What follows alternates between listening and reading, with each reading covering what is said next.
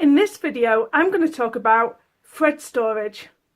Hi and welcome to my channel. I create videos every single Wednesday on how to use your sewing machine or simple sewing tips and tricks. I know it's very controversial, but I really do like to store my threads like this. I can see exactly what colours I've got. My husband made this one for me, which is all of my serger threads.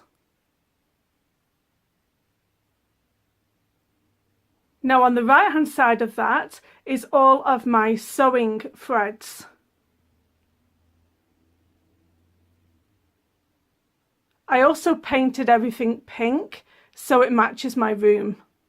So I have way too much thread, so I'm going to show you some other storage solutions that I have used. So I made these fabric bins, and there is a tutorial on my YouTube on how to make these, and inside I have some of my embroidery threads. So one tip that you may not know about your thread reels is this part can sometimes unclick down, and the reason for that is so you can put that thread just underneath there, and then you click it back up, and it keeps that thread from untangling. My other storage solution for threads is these thread containers. You can get these thread boxes in lots of different sizes, and you should be able to find them in your fabric stores and maybe in some craft stores.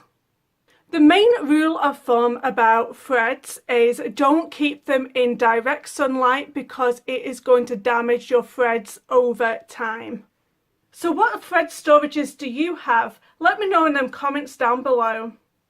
I produce videos every single Wednesday, so don't forget to hit that subscribe button so you don't miss seeing me next week. Thank you so much for watching.